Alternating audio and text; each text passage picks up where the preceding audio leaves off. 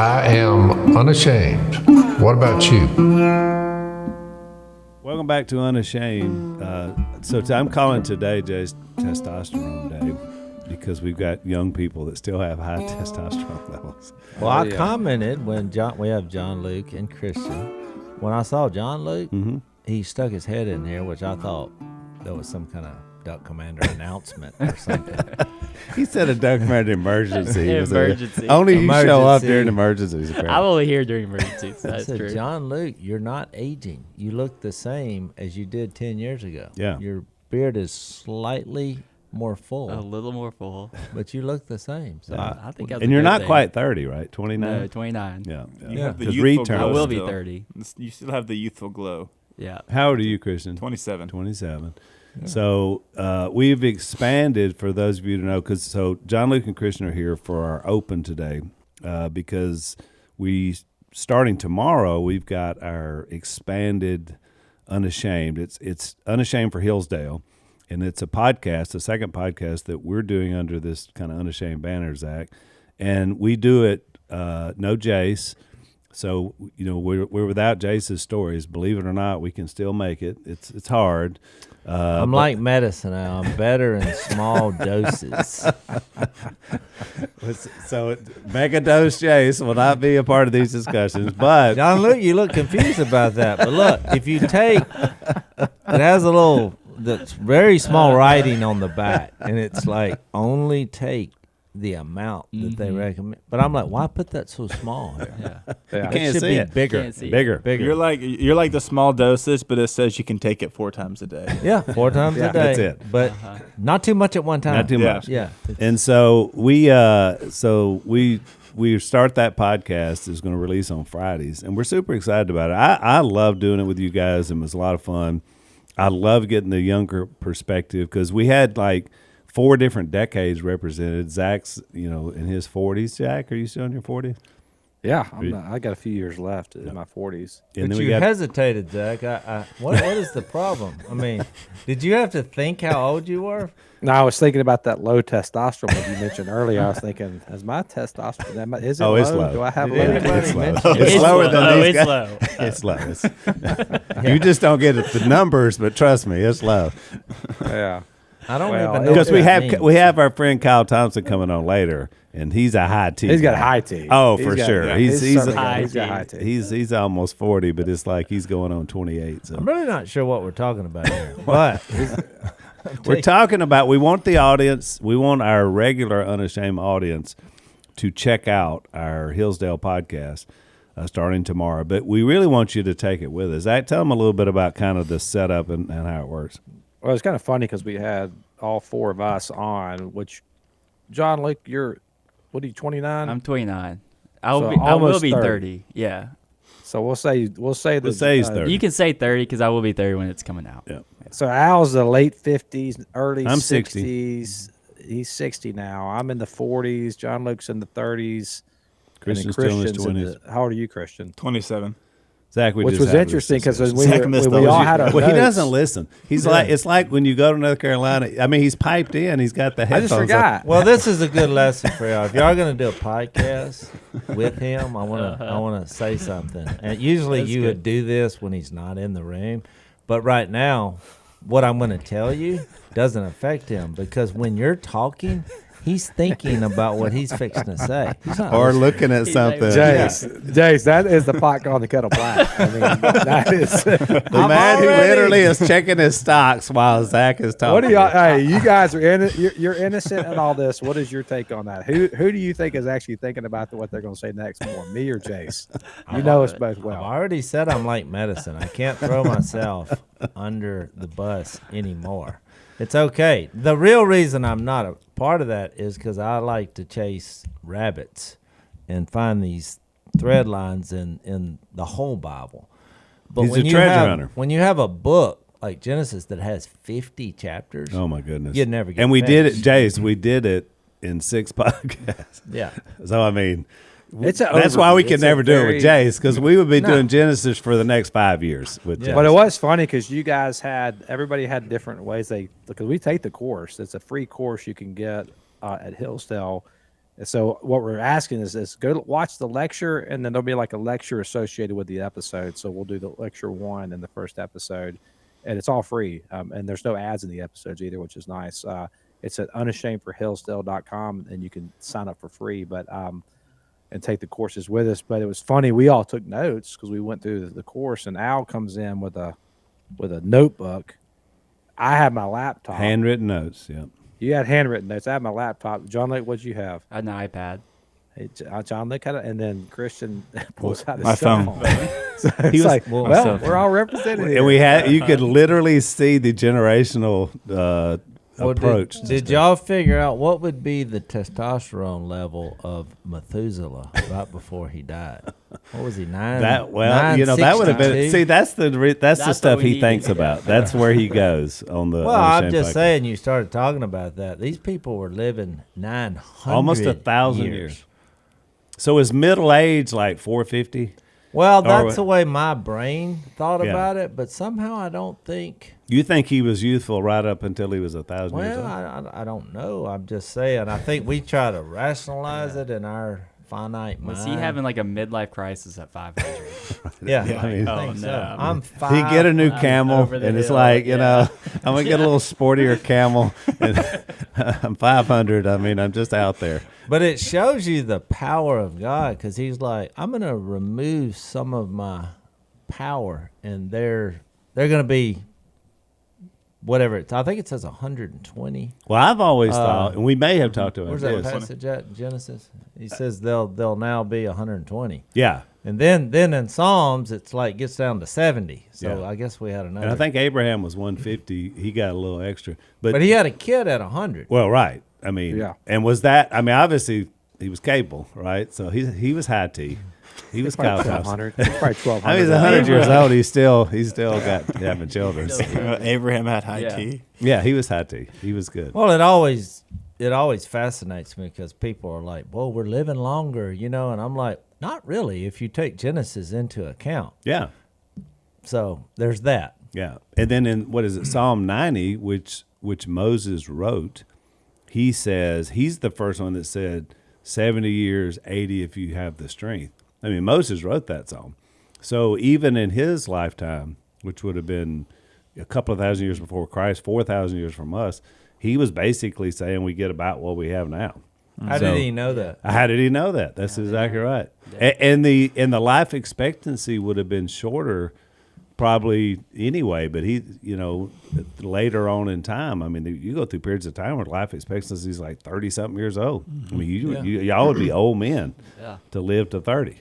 So It's crazy. pretty crazy. Exactly. Well, you know, Abraham had to have had a high T because in Genesis 12 through 14, he was about probably 75 to 80 years old when he raised up he had the 300 something trained men. You remember the story? Oh yeah.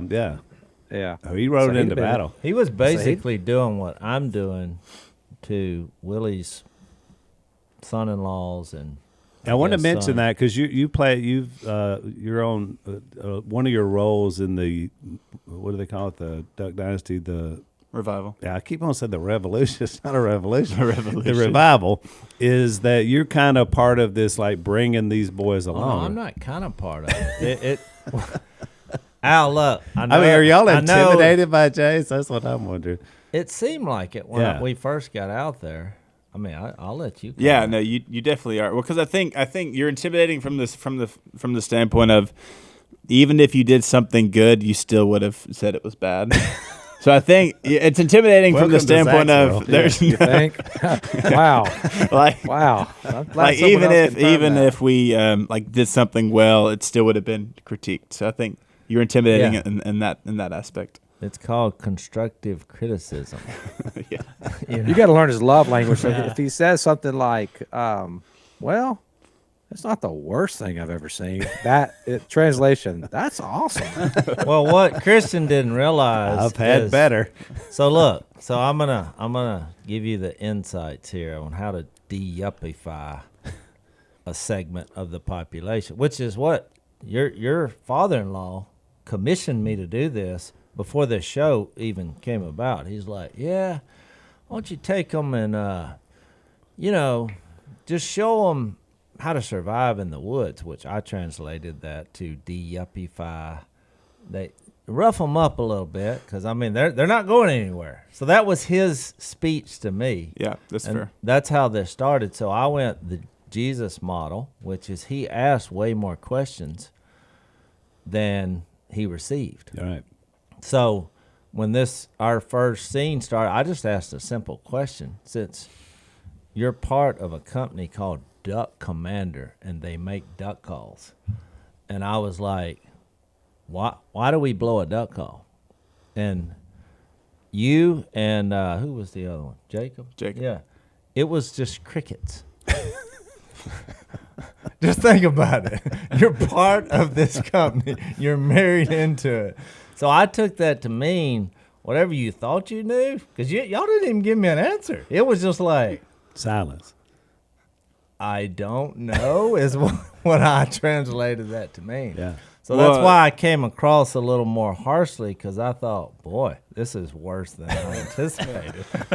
Well, your questions had multiple, because one of the things you asked was like what's the most important thing about hunting, or why do you hunt? And I think my answer was like to have fun or something like that. But your answer was survival. I was like, it's just to have fun. The way he describes it on the podcast, it's like a mating ritual. I mean, he hunts so that his wife will sleep with him. It's like that is what we're doing. I mean, We're offering the greatest love language in the waterfowl world. This is why do you fish? everything. So my wife will have sex with me. Yeah. It's just bizarre. Al, this is real He wants life. high tea, Al. He's trying to get that tea. up, Exactly you know? why I said that's the theme of this podcast today. That's exactly. See, y'all are what- laughing, but you don't realize somehow we're convincing these wild ducks to come to our party, and nothing's real, but we simply Yeah. gave them a speech, and somebody went, "Ooh, I like her." So whatever I said communicated bonding, love, and boy, that's biblical, Al. It's like an ox going to the slaughter. Read Proverbs 7. Oh my god. I feel like there's an inner Phil being channeled here. It for some is. reason. That- There's we- no we've inner tapped into feel. it. I can back this up by pure unadulterated scripture. John Luke, you grew up. So are you on the show? Are you part of this little Yeah, flat I'm too? on the show, but I'm not in the. Oh, you're not in group. that little group. I'm not in Okay. that group. Well, he had there was one guest appearance in this thread line, Yeah. because he said that. He's like, look, we're going to now just literal flesh and blood. Yeah. And so we had a night in the swamp, and it was kind of a generational thing, Yeah, because you had your son. my son was there. Yeah, and I was Generations kind of one. in charge of training on this operation. Mm-hmm. So, but that actually went well. They did better than the son-in-laws in that moment. But having said all that, I think from where you were to where we're at now, There's been progress. you gotta, Well, you got to and- feel pretty good about yourself. Yeah, I mean, I do. I feel a lot better than where we started. So. Every show needs a foil and a villain too, and so Jase fills that role beautifully. no, So- I'm now impressed. I mean, the Yeah. process has been. It's working. Jay right about- Stone is the villain. Yeah, Stone's a villain. Yeah. No doubt about it. Yeah. Just Yeah. by nature, he wakes up being a villain. By so nature. it works out Resting- well. So I will resting say, angry face? I will say this because we got to go. But you guys are great on the podcast. I love your perspective. I love us doing it together. John Lucas, I call him same thing on Duck Dynasty, the original, and this one as well. Is sneaky funny is what I call him. Like he's kind of straight laced and nerdy and smart, but he's sneaky funny too because he'll just throw one in there, and he especially does it to Christian, which I especially love. You So- get me a good one early on in the podcast. yeah, which is really good. So we want you to check it out. Zach, tell them where they can see it again before these guys go. Well, you can watch it wherever you're currently watching it, but we also want you to sign up and take the course with us, which is at unashamedforhillsdale.com. That's unashamedforhillsdale.com. Yeah, take the course. The material is great. The professor is fantastic. We're getting geared up for our next thing to do because we're going to do several of these classes and several podcasts this year. So, if you guys love it, we'll keep doing it because we enjoy it. And I love the learning.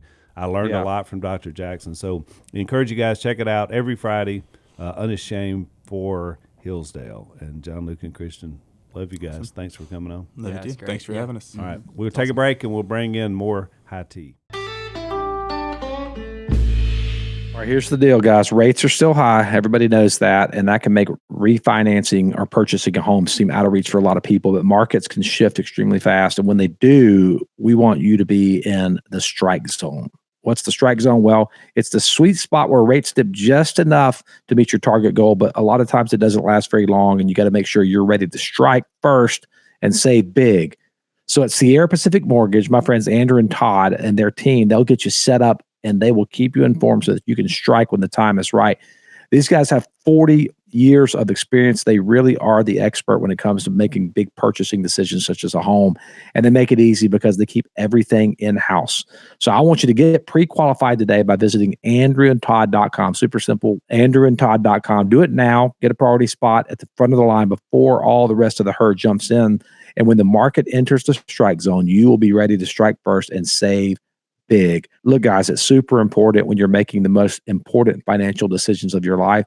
You want to work with somebody who shares your values. So, Zach, Lisa and I had a super bad experience on buying a property down in Gulf Shores. And the main reason why was this big, huge company that develops things down there. But there was no personal opportunity, to have a decent conversation. It was always these just people we've never heard of. I wish I had known about Sierra Pacific before we bought that property, but I know about them now. Call Andrew Del Rey and Todd Avakian, the guys I trust, and they can help you too. Call 888-888-1172. That's 888-888-1172, or visit andrewandtodd.com. Again, that's andrewandtodd.com. So welcome back to Unashamed. We lost 2 youths, but we gained 1 better. And do I have the combined testosterone of those two? We I gotta would get our say blood probably done. yes. Just looking at Okay, the we'll way have to you see. fill out They were your all t-shirt talking cut. of their ages, but I think Christian's probably certainly high T. He's a big old boy. Oh, he is. There's no doubt. Yeah. Are you in your 30s? 39. Okay. Yeah. Yeah, he's hanging almost on. 40. Yep. You're like in between us. So Kyle Thompson is here. For those of you listening, I forget sometimes if you're not watching that you would know this, but Kyle has been on before. Undaunted.Life is his podcast. Is one of our brother podcasts, I'd call it. That's right. Instead of sister. But he so it mainly is aimed at men and what he does, but it's really, really good, which I want you to tell our audience again because you're always picking up new people. But you come down usually once a year and are on our podcast, and then one of us usually does yours. Dad has done yours in the past, which was really great. So I always enjoy the visit because you usually come down and spend the weekend with us. And he does jiu-jitsu. So instantly he's a big hit in my household because most of my grandkids and son-in-law are into that. Yeah, I feel like instead of rugs, y'all should just have mats out in all your different rooms because like fights just spontaneously break out like in the middle of dinner. When Zach and his crew comes down, they just go right into it. They're just looking for a new dummy to roll with. Yeah, a new victim. It's good for you. But and last night we came, or that maybe it was the first night you came, we came in to eat. And so around the dinner table, which there's like 12 chairs because they have a big area in there, there's all the geese laying out. Everything's drying out. He's like, this is my kind of household. So. Yeah, it's the kind of house that you need. But that's the thing is my goal now is every year I come down is just to peel off another family member to get them to start training. And so Stone's He's wife been trying is like, to work on me, but I told him it ain't happening. Well, we're in the same weight class now. Well, we are. Right. So we weigh the exact same right now. So we're basically the same thing. Right. So we're like the same creature. Yeah. We'll get you a gi. We'll get you squared away. Yeah. Jace, I mean, come on. No, you're wrestling frogs. So you heard, you were listening when these young youths, I was commandeered to train them in the outdoors. Yeah. So at some point in all of that, I met Jay up at the jiu-jitsu gym, and so they thought, oh, I'm fixed to get back at old Jase. And I was like, nope. I said, I'm training of the mind. I'm changing you from the inside out. That is my department. Oh, he tried to goad you for a while, didn't he? Because he wanted to work. Well, they thought that's what was going to happen. Yeah. But I was like, I started quoting Bible verses. The weapons I fight with are not the ways of the world. So everybody's got to know their role. That's what I told Kyle, though. It's like Jay at first tried to get me to come, and I realized it's his school, and he's an owner and all this. He's trying to expand, and it is good for people. I'm pro jiu-jitsu, but I was like, you are the worst poster for jiu-jitsu because every night you come in, you're hurt. Mm-hmm. Like Jay is constantly hurt because he started this later in life, and he's rolling out here with these young people, and like Kyle, and he won't even hardly do anything with Kyle anymore. He's like, oh, he'll hurt me. And so I'm like, I live my life now to not get hurt. Like everything I do is cautious. I don't even do. But Al, you get to choose your pain, right? So you get the pain of non-use of your body, you get the pain of use of your body, the pain of not knowing how to fight, the pain of knowing how to fight. It's just better to know how to fight. You see? So you just you just recategorize it. I'm just going to choose no pain. So I fight with words, and I tell them, I'm like, but I'm pretty good with weapons, and I'm better from distance. Well, do you have a weapon on you now? Because the distance isn't that far between us, just in case things go poorly. Well, I'm also very quick. As we saw in the recent frog hunting video. You still got it. You saw me sacrifice. He watched that last night. My body, and I think we shared it for the sake of Miss K, right? She needed frog legs, and you went out there and made it happen. That was the funniest thing about the bite, because they released it yesterday, was what you've talked about on the podcast, was that you said, I did this for my mom, and then they show this picture of Mom, which is hilarious. It's like, then you were talking about, if we get 2 for Miss K, and it pops up, if we get 8 was for Jase, and then it's I had a little segue because Jay was really looking funny, at me like, because I thought, okay, well, we need at least 2 for her. And then I'm thinking, I'm good for 6 because I hadn't had frogs in forever, and I'm the one doing the sacrifice in here. But Jay was looking like, well, what about me? And so I was like, anything over 8, you get involved. Which he didn't, because you ate them. He didn't. No, I had them. I cooked them. And then I said, I got the frogs ready. And he said, well, I called him up. He said, well, me and Anna went out to eat. And I gave him, this shows you're never too old to get a life lesson. I said, you messed up when you went out to eat. So I gave Kay 4, and I ate 9 because we had 13. Yeah. Well, Jase, you didn't tell Jay, because I announced to him last night your pronouncement on the podcast that officially retired you from the front of the boat. Jay did not know that. Yep. And I haven't told him, but it's. And I said, did I not say last night, Kyle? You witnessed it. Yep. I said, Jase, in my opinion, is probably the greatest all-time frog catcher in our family. And I never saw really Dad doing it, because that was kind of, but I'm sure he trained other people. Right. And I was always a motor man. Al, that was a part of I was never a catcher. That was a part of my retirement, because I thought back to my dad. And I thought, at some point he was pretty slick. At one point, he's back there on the back of the boat running the motor, because the motor is a good motor man, because he missed 2 in the video, and it was the motor man's fault. Yeah, he too slow. Oh, I told him. I'm sure they didn't run that. At one point, you look behind, and you're like, "Why aren't you going?" Yeah, they did. Is that in there? Oh, that's in there. You're like, go, I was like, go. You failure to engage, and but he was worried about the equipment. Yeah. And that's when you go frog hunting, which what I train young men. We're not worried about that piece of equipment. That is to be used. We don't want to be stupid, but if you have to go to get the frog, that's just part of the sacrifice, that we may rip the lower unit off of this motor. and I put my speech, where my heart is, because that when that frog jumped, even though I didn't want to jump, I knew the rule is if he jumps, you jump. And when I landed, that's when the retirement thought hit in my mind because I thought I'm not sure I can get up. Yeah. After this, I told Jay last night. So have you ever been frog hunting? Nope. Did never. they do it in Oklahoma? I mean, have you And ever heard of people doing it? Yeah, there's all kinds of stuff in Oklahoma that I didn't, because I was playing sports and doing school, and like no one in my family did outdoor stuff. Like we didn't hunt, we didn't fish, we didn't camp. But you duck hunt now because you send me pictures. Yeah, so that's what I was telling some of the guys outside, to where it's like, okay, so I'm learning all that stuff in my 30s and into my 40s because I got a 5-year-old and a 3-year-old son. And so like last night I FaceTimed him and I said, hey, Jay's got to show you something. And then he, blew into a duck call, and they just they thought that was the coolest thing in the entire world, that a guy can make, a duck sound or something like that. And so I want to figure that stuff out so that my boys, have a chance to grow up with it, to where it's not weird. Because now duck hunting, our theory is the flyway has now moved over, because we don't see as many ducks as we used to. But you guys, you're in Oklahoma, they're in prime territory. I mean, that's where all the ducks seem to be. Oklahoma, Texas. Yeah, here, Arkansas. I got friends that go up to Arkansas and do a lot of trips. And so, it's just, part of it's just a humility thing, because like with Undaunted.Life, you get any manner of guys that kind of come in there, and sometimes you got a little bit of an ego thing. But I just encourage guys all the time, don't pretend like you know something that you don't, because you're stealing an opportunity from somebody to show you something. Like imagine somebody coming into jiu-jitsu and pretending like they know how to do jiu-jitsu. It's going to be pretty apparent pretty quickly whether or not they actually do. Long.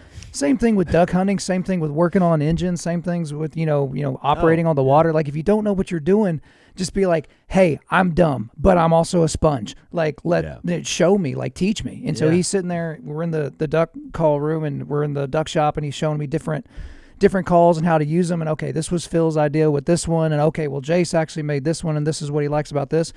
And imagine me being like, oh, yeah, well, I've seen that before, when I hadn't. Like, that's just ridiculous. Like, just sit there, just be willing to learn, be humble, and just go for it. Yeah. And watch and learn. Well, that's the thing about even frogs. I mean, 70% of them, it looks easy. You saw after that first one. Yeah, you made it look pretty easy. You go up there and, you catch them.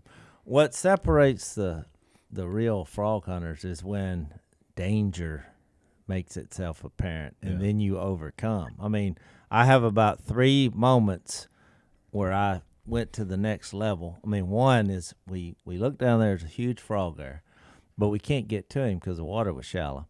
So we pull up on the bank, but somebody got to shining the other lights, and they're like, is that a cottonmouth? And I was like, oh. So there was a cottonmouth in between me and the frog.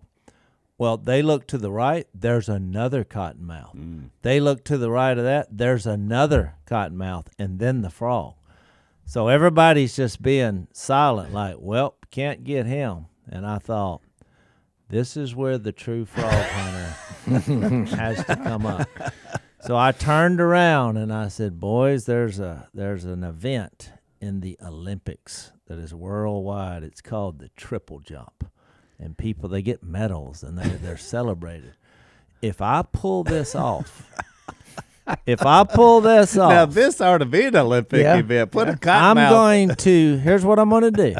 Because the problem with the cottonmouth is that on the backside, if I get on the backside and by the time they turn around to strike, I'm gone. You ready to go old school? I love old schools. I live for old school. Back in the day, chips, if you ate chips, they were fried in something called beef tallow. Mm-hmm. That's how it was done up until actually the 1990s. They swapped out the beef tallow for that cheap processed seed oils, which have been linked to inflammation and a lot of health problems. And that's why I like beef tallow, because it actually tastes, it's absolutely incredible. And I want to tell you about a chip that we're now eating, a tortilla chip called masa. Masa has brought that tradition back with a tortilla chip made from just 3 ingredients. Very simple. Sea salt, 100% grass-fed beef tallow, and nixtamalized corn. So, Zach, I thought it meant make America savory again because they're so delicious. And you see, I've got in front of me, if you're watching the ad, I've got 4 different flavors here of these chips, and my grandkids love them. Oh, we can't keep them in stock at my house. Put them on the table, boom, they were gone instantly. These chips don't just avoid all the bad stuff, guys. They taste incredible too. Masa chips have more crunch, more flavor. Snacking on masa chips feels totally different than regular chips because you feel light, not weighted down. No sluggish crash, no bloating. Masa chips, they're beloved by tens of thousands of customers. They've been endorsed by industry-leading health and nutrition experts. Ready to give masa a try? Go to massachips.com/Robertson and use code Robertson for 25% off your first order. That's massachips.com/Robertson and code Robertson for 25% off your first order. That's Massa, MASA chips.com/Robertson and code Robertson for 25% off your first order. Because I knew the bank was firm, and so I just did it. I turned my hat around backwards. I took off and went 1, 2. When I hit the third launch point, the frog jumped sideways, and then I dove and caught the frog. And did you ever look back to see what the snakes were doing? Oh, yeah, they never moved, which I thought was pretty incredible. Yeah. You know, they just never moved. I don't think They it never was the sensed you. You element were of too fast, Right. you know? It was the element of surprise. Yeah. I mean, what is that? And it was so quick. Yeah. Of course, I walked all the way back around because now I had alerted them that I'm in the area. And boy, we hooped and hollered and high-fived, and I like the element of danger. I mean, there's a thin line between being courageous and stupid. But I thought I it would was say doable. you crossed that line, but I wasn't there, so So I'm but not going to do that. This is what you start doing when you retire. Yeah. You start telling. Now you about start telling the times glory that, days. Like, yeah, okay, that happened, Yeah. and people witnessed it, and they thought, okay, that's next level. the triple. Is that going to be part of Christian and the rest of the crew, like you bringing them up in the ways Oh, of that- non-yuppiness or whatever you were saying? Oh, we've That done- would be a great thing. The to- whole theme line is this training. And, people think reality TV, they're making this up. No, this is real, actual occurrences. We're just doing it. So I like today. Because Stone had already started this with them like some years back, like when they came in the family. Oh, we had a meeting, me Yeah. and Jay, and was like, we need to, because we need their youth and energy and basically their sweat. And they're not. need their high tea. That's right. Look, they're not smart enough to get it. They don't realize They just that need a little bit of molding. this you know? teaching is actually doing a bunch of work that we don't want to do. And Which is what Dad did to us, right? Remember, he That's was so what he good did. at it. And He'd so- say, look That's at why you have that." sons, you know? Yeah, we'd be down there just hossing something, and you're just straining. He said, look at that. But really, the genius in it is because we're doing the same thing the military does. We're breaking them down because they think Yep. they know everything. Yeah. That's why I did that about the questions. I mean, it's great TV because their answers are making themselves look like idiots.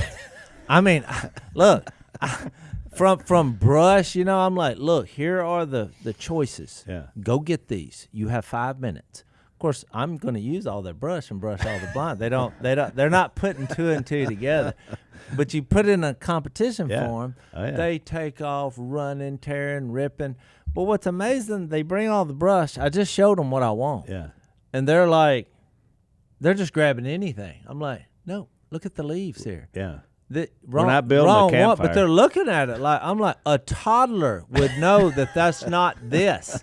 What? That's why you're like you're being hard on us. I'm like, you have eyes. I gave you the example. This is what I want. You brought something that is undesirable. So that's kind of the process of it all. So today is the last hoorah.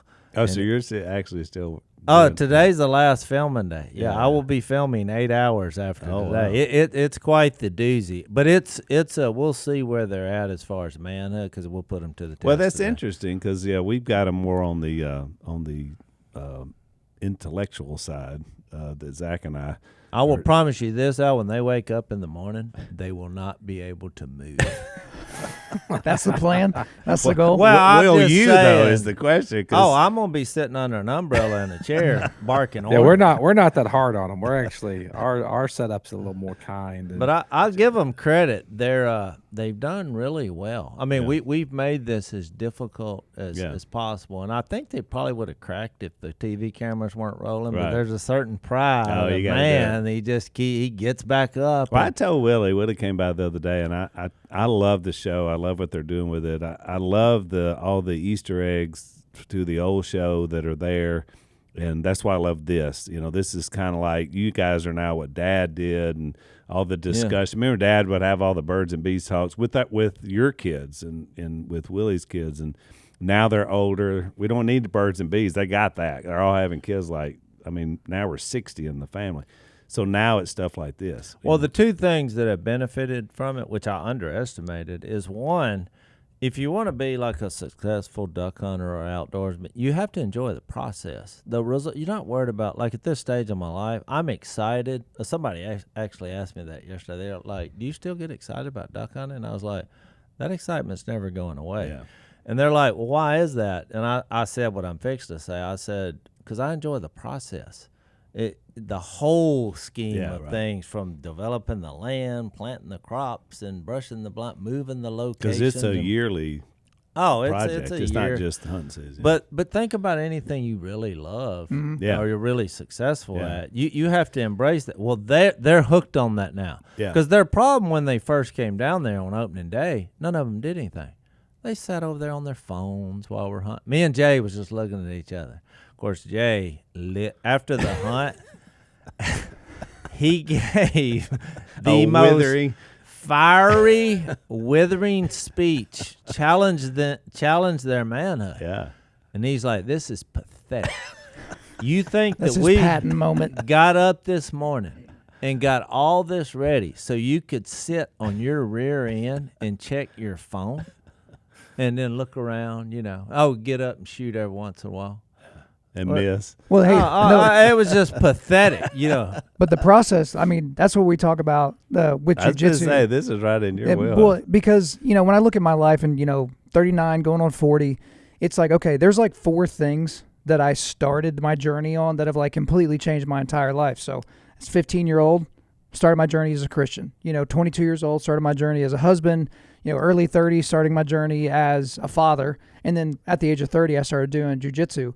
And the thing with doing something like jiu-jitsu, it's what you're talking about, Jase, where if you just want the result, well, black belt or winning a tournament or being able to win a street fight or all that, you will flame out so fast. Oh, yeah. Because it doesn't matter your physical abilities. It doesn't matter how fast or strong or athletic you are when you begin. You're a toddler. You're a baby deer. Like, you don't know anything yet. And you have to basically humble yourself to the process of getting better. And then you see these corollaries to all these other areas of your life, right? So whether you're, going into scriptural study or in your job or in your relationships, your marriage, it's that resilience, because you can't really explain to someone why you keep coming back. Because it's like, wait, every time I see you, you're injured, or you've got, rash, mat burn on your face, and, you're just constantly getting smoked by all these people. Why do you keep going back? And the only real answer is because I have to. Yeah. Right. And so the same thing, like I look at my own Christian walk and you go through different seasons of, where you feel like you have you have a lot of plentiful energy, or maybe you're like kind of in the valley. It's like you have to have the resilience to see yourself through to the other side of the valley. Because, Psalm 23, it's not that God delivers you from the valley, it's that he's there with you. And the implication is we're all either coming out of the valley, in the valley, or about to go into it. Yeah. And so if you don't have the right kind of resilient mindset, if you're not playing the long game, right? Because when you're doing something outside of hunting season, it may seem kind of foolish, but while you're doing the hunting, it's like, okay, well, this result would not have happened if all this other work had not gone into it. And so, exactly. Yeah, you just have to use. They've learned that process. I mean, one thing we didn't film, like second day of teal season, they were all out there. Well, the motor, quit running. And they were like, well, what are we going to do? They were getting their phones out. And we're like, put your phone up. Get your rear end out of the boat and start walking. That's right. And they're like, what are you going to do? I was like, I'm going to be riding.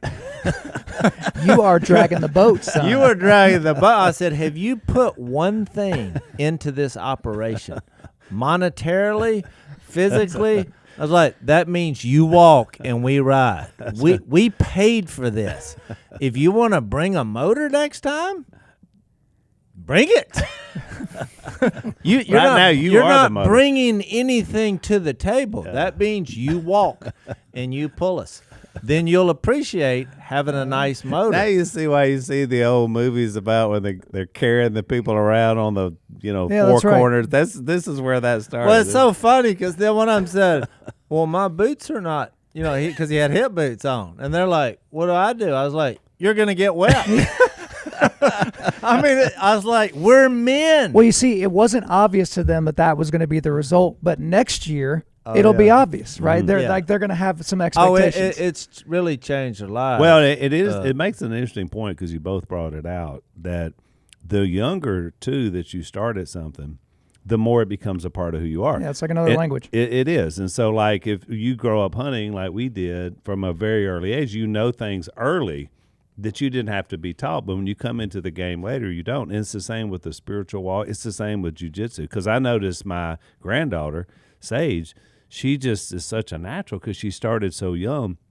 Yesterday I preached, and so it just so happened the little kid that did my scripture reading does jiu-jitsu, and he's 8 years old. But he doesn't go to Jase school. He goes to another school in town.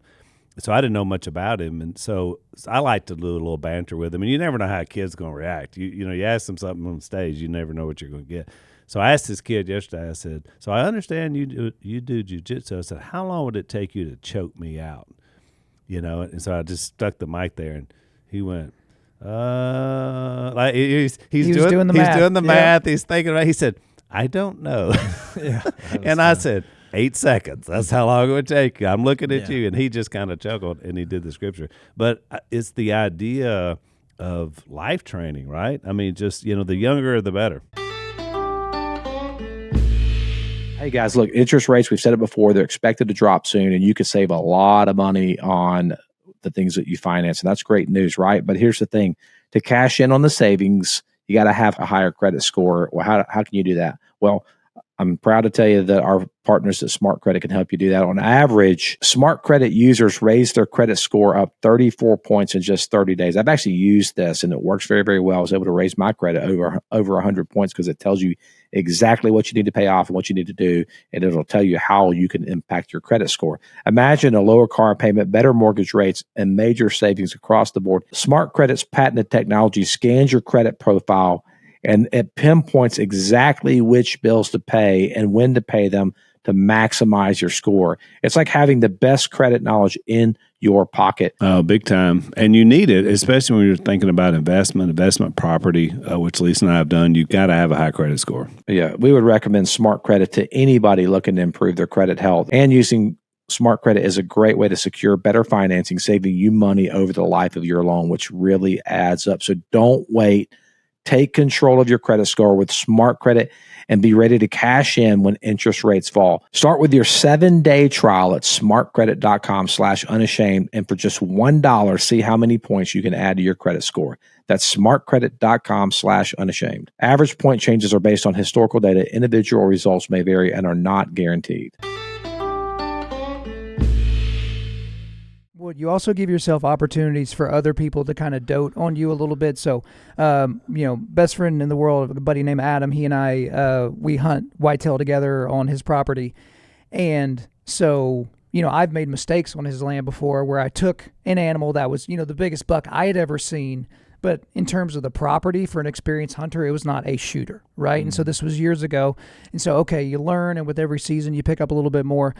Well, I passed on a buck this last hunting season, and when we got back to the, you know, the campsite or whatever, he goes, "You're a blue belt in hunting now." I'm like, "What do you mean?" He's like, "Just about everybody that we would bring out on this property would have taken that buck, and you let him go because he wasn't quite ready." And you're right, he wasn't quite ready. And the whole time I'm sitting there in the blind like, "Oh my gosh, I let a shooter go. Like, what am I going to do? My family's not going to be able to eat." You know, I'm like, you know, panicking and all this kind of stuff, and then, you know, feeling a little bit down. But then you get back and someone's like, well, no, like, he learned that lesson when he was 7, you know, what a shooter is. And here I am, 37 at the time. And it's like, oh, okay. But then for James and Eli, my 5-year-old, my 3-year-old sons, they're going to learn these lessons early because, you know, hunting and outdoor stuff kind of skipped a generation or two in my family. But I see the value in it, right? Yeah. So when I think hunting, I don't think fun or this is going to be like a great time, even though it might be. It's like, no, I'm learning provision. I'm learning how to provide for my family and others. Yeah. And, you know, you just give someone another opportunity to, like, look after you, to mentor you, to rib you and give you crap. You know, that's part of the process as well. And with that, because you're, I mean, basically the model is, I mean, just think how much we're studying John, and he's like, I'm leaving you an example. Yeah. As the Father sent me, I'm sending you. I mean, this is the creator of the universe training men. Yeah. To be his representatives in his life. It was a crash course because it was only 3 years. I mean, that's all he had with him. And that's what I was going to say is the second thing that came out of this. Well, all of a sudden, our relationship improve. I mean, literally kind of military style broke down. Then they start improving because they start realizing I need to bring something to the table here. Yeah. And then it makes them think, what am I good at? Which I gave them that speech. I'm like, you're good at something. And I got that from our dad. Yeah. I was like, everybody's good at something. You're good at something. And it may be hard to find right now, Yeah. but there's something in this operation. But you're going to have to show up thinking, and I usually quote that verse where Jesus, said that I didn't come to be served, but to serve. Yeah. Because they don't realize how much work is involved in hunting, the whole process of it all. And then they're convicted because they realize, oh, I was just showing up thinking about me, can I shoot something, it's detached from the process. Yeah. And so they all have had that awakening at some point during that. Yeah. And I'm really proud of it. It went quicker than I thought, them just improving. And even in our relationship, I noticed that when we see each other in various other places now, the conversation is way more spiritual. Yeah. Yep. Also, because all of a sudden they're humble. Yeah. And they're thinking, this is right. And they realize that this is, we're doing this based on the model of faith. And we talked about this yesterday, Kyle. You and I had a long discussion about humility having to be that baseline to learn anything, but especially when you're talking about spiritual stuff. If you don't have a humble heart to start with, you miss it. And you don't get that opportunity. When it's like we were talking a little bit off air about people that have very strong, very specific theological categories and persuasions, and they want to fight these, tertiary doctrines to the death with people and things like that. And like that can be fun, sparring and doing some stuff like that with different people. But ultimately, you have to bring a humility to the process because, with Undaunted.Life, I'll get invited to come speak in front of a group of people. And I literally got an email while I was sitting at your house. It was from this group. They're like, we need to bring in a guy that's going to hit our men in the face with a shovel. And we think you're that guy. And I'm like, funny thing, I agree with your assessment. I do think I am that guy. Because my style when I go and speak somewhere is burn it down and walk away. Because I don't live here, right? So if I go to, whereversville, Minnesota, like I don't live here. You live here. Your people live here. Make sure you have a net ready to catch these guys. Let's just burn off the stuff that's worthless, and then let's build back up with the stuff that's actually worthwhile. And I just tell these guys, whether you're on because we always talk about equipping men to push back darkness. That's why Undaunted.Life is here. Okay, well, how do we do that? Well, we show men how to be spiritually, mentally, and physically resilient. Every man is typically drawn to one of those naturally. So like if you were a college athlete or something like that, you've already been physical, you've dominated using your physical body, so physical resilience is something you'll be drawn to. But maybe you haven't read a book since high school. Yeah. Okay, well, that's problematic. Or maybe you're like drawn to scripture and you love the theological underpinnings and making all the connections and all that. But physically speaking, you've let yourself go, or you've never got yourself going to begin with as it pertained to your body. I can relate to that. Well, and we talked about that whenever I interviewed you recently for my show. So you just find yourself in this place where you're like, man, I'm not honoring this meat chassis that God gave me, and he only gave me one. Right. And I'm not, stewarding it well, and it would just be like someone giving you money and you don't steward that well either. Right. Like that's not going to be worthwhile. It's a gift. But again, with all these things, you have to bring humility to it. Because same thing with Scripture. When we started doing the forging table on Undaunted.Life, where we're covering Scripture, usually a chapter at a time, an hour at a time, even though we're crawling through the book of Romans right now, we just wrap Genesis. And if you just go and say, like, yeah, I know Genesis. Well, it's like, no, we're going to be in Genesis for 7, 8, 9 months. Let's dig in. And then if you go into the Scripture assuming, no, I already know this, I don't need to study it further, there's nothing else that the text can give me in terms of understanding. The Holy Spirit can't allow me to understand things in a deeper way. It's just like, man, you are working with both hands tied behind your back. Yeah. And I mentioned this yesterday in my sermon, that the beauty of the Bible is why, I was teaching a historical lesson out of the book of Joshua where there's something specific happens and then it ends. And so you're like, well, we wrapped that up, but it didn't end. Like when you turn the page over to Judges, it got worse, so all these things happened because it kept going.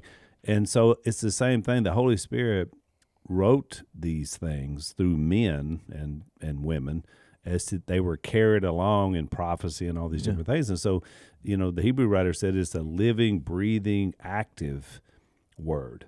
And so it doesn't change, but we change, as to your point. And so it impacts us that way. now you brought this up yesterday in your sermon, in Joshua 24, where it's like, as for me and my house, we will serve the Lord. And so, y'all's dad has left a tremendous impact on me and stamp on my life because, Jase, I don't know if you know this because Al didn't know this, but this would have been, when did Uncancelled come out? 2 years ago? 3 years ago. 3 years ago. So I'm sitting in your seat and Phil's sitting right there at the old studio. And we get done doing the interview, and he goes, "We in this together, brothers." And he just, we give knuckles across the table, and that's how the interview ended. So all the, cameras turn off, lights turn off, or whatever. And so I'm just getting my stuff getting ready to go because in typical Phil fashion, I assume he's going to take his headphones off and then, hop in the truck and head back home to Miss K. He gets up, puts his headphones down, walks around the table, and gets right face to face with me, and he goes, "No matter what, you keep going. You've got a gift. God has given this to you for a reason, and you go get after these men." And I'm just like, because when you're on the tip of the spear, guys, like, I don't get a lot of encouragement, right? Guys send me these wonderful emails about things they've changed in their life and all that, but I'm really drawn more to the negative. So if someone says something negative, I kind of dwell on that. But when you're at the tip of the spear and you're the head of your own household and you're trying to make sure that you're setting you're the spiritual thermostat, not thermometer for your house. Yep. Yeah. Sometimes you run into some discouragement, right? Oh, yeah. And I can always go back to that moment and be like, it's not like in that moment I knew what I was here for. I already kind of had the mission to equip men to push back darkness. But that's like an anchor point. Like, because some guys get really untethered, right? So they're untethered from their church community. They're untethered from their family. They're untethered from the Word of God. But that's just like a point that I can chain myself to and be like, no matter what happens, no matter how we get beat around, in the waves or whatever, going back to that moment where Phil looked me dead in the eye and said, you were built for this. Like, don't let anyone tell you weren't. No, that's good. Which is powerful. I want to share these two verses because this was kind of the model I thought about in our little training thing, but which something really spiritual came out of. But this is James 3:16. This is kind of what we fight against. It says, for where you have envy and selfish ambition, there you find disorder and every evil practice.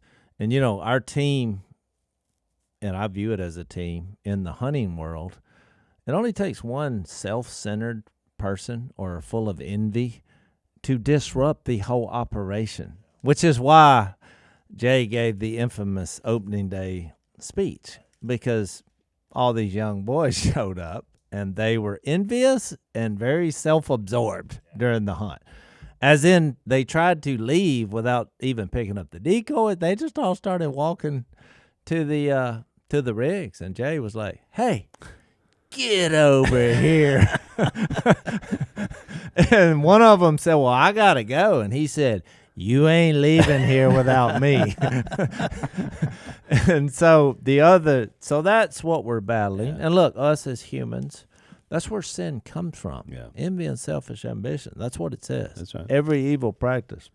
And the other one, when Paul was training Timothy, this is 2 Timothy 2, he says, verse 1, "You then, my son, be strong in the grace that is in Christ Jesus," which should be the battle cry of men. Be strong in the grace of our Lord Jesus. "And the things you have heard me say in the presence of many witnesses, entrust to reliable men who will also be qualified to teach others." And then I don't think by accident, because he's giving you this model of this passing it down, just like Jesus did with his disciples. But then he's like, endure hardship with us like a good soldier of Christ Jesus. I mean, I love how he's like, we're going to pass this on. It's not going to be easy.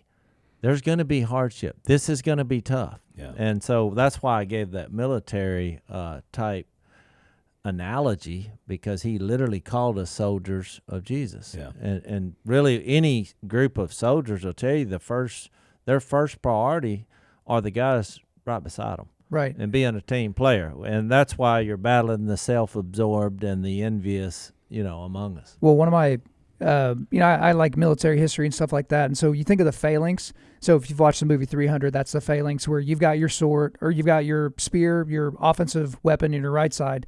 But on the left side, you're holding your shield.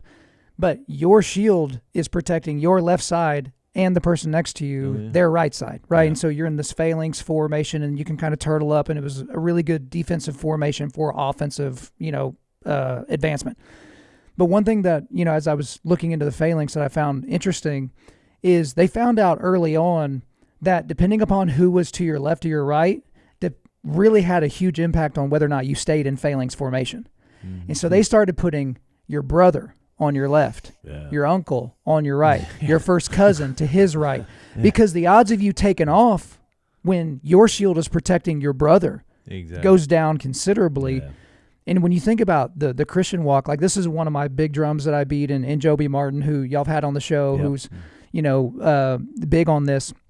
He calls them mat toters. I call it a foxhole. You need guys that are willing to, at any time of day, I even call them 3 a.m. friends, to do what it takes to get you to the feet of Jesus. So he talks about Mark chapter 2, I believe it's Mark chapter 2, where, the paralytic had one guy on each corner of his mat, and they did physical property to someone, or physical damage to someone else's property, right? They tore through this dude's roof to lower their buddy down to the feet of Jesus. And it's like, most guys don't have 4 names that they could write down in the margins of their Bible right now of guys in their life that they can do that with. Yeah. But it's like, they can't even fathom being in a phalanx formation with other guys because they don't take it seriously. Yeah, and some guys, maybe their wife isn't big on them leaving and going hanging out with buddies, or maybe they're more, submissive in their personality, or they're not really extroverted. But the thing is when the day comes, when you get that call that brings you to your knees, or when you get that diagnosis from the doctor or something like that, if you haven't invested time in other men, like, it's one thing to have fellas that'll help you move a table or, fix a motor or something like that. But if you got fellas and you don't have brothers, if you don't have, people, mat toters, matching other calls them a king's table, I call them a foxhole, you're so far behind. Like, as Joby puts it, it's like being of retirement age and deciding to save for retirement. Yeah. It's like, bro, you're so far behind you can't even fathom it.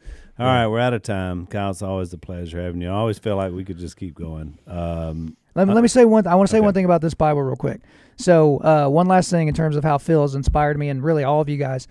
Phil always had his Bible either on his lap, on the table in front of him, under his hand, like on his dashboard. Yeah, on his dashboard. Like it didn't matter where we were, at church, at the duck shop, at the house. The Bible was nearby, and I realized I had all these apps on my phone, these Bible apps. But if I'm sitting in a waiting room somewhere, even if I'm reading the Bible, no one else really knows that. If I'm reading the Bible at home, my kids maybe didn't know that. And so I actually got this Bible made at Ace Bookbinding in Oklahoma City. And I got those gospel symbols. I know you probably can't see that on the camera right there, but the down arrow, the cross, the empty tomb, the up arrow, and the down arrow. I got those put, on the side of the Bible, and I got my logo, my name, and all that. Because if someone's seeing me read this, and I'm about to go in for a checkup or something else like that, I can give them the gospel about as quickly as you can give it to somebody using these symbols, right? And the fact that it's on me, and if I needed to pull my phone out for some reason, I got to set this down to dig in my pocket. And so that's just another thing, with his legacy and the legacy of your family, just making sure the gospel gets out to more people. Yeah, I love it. It's a Paul to Timothy moment. So check out Kyle at Undaunted.Life. A lot of you already do. Check out what he's doing. Kyle, it's always a pleasure having you on, brother. Appreciate you guys. All right. We'll see you next time on Unashamed. Thanks for listening to the Unashamed podcast. Help us out by leaving a rating and review on Apple Podcasts. And don't miss an episode by subscribing on YouTube. And be sure to click the little bell and choose all notifications to watch every episode.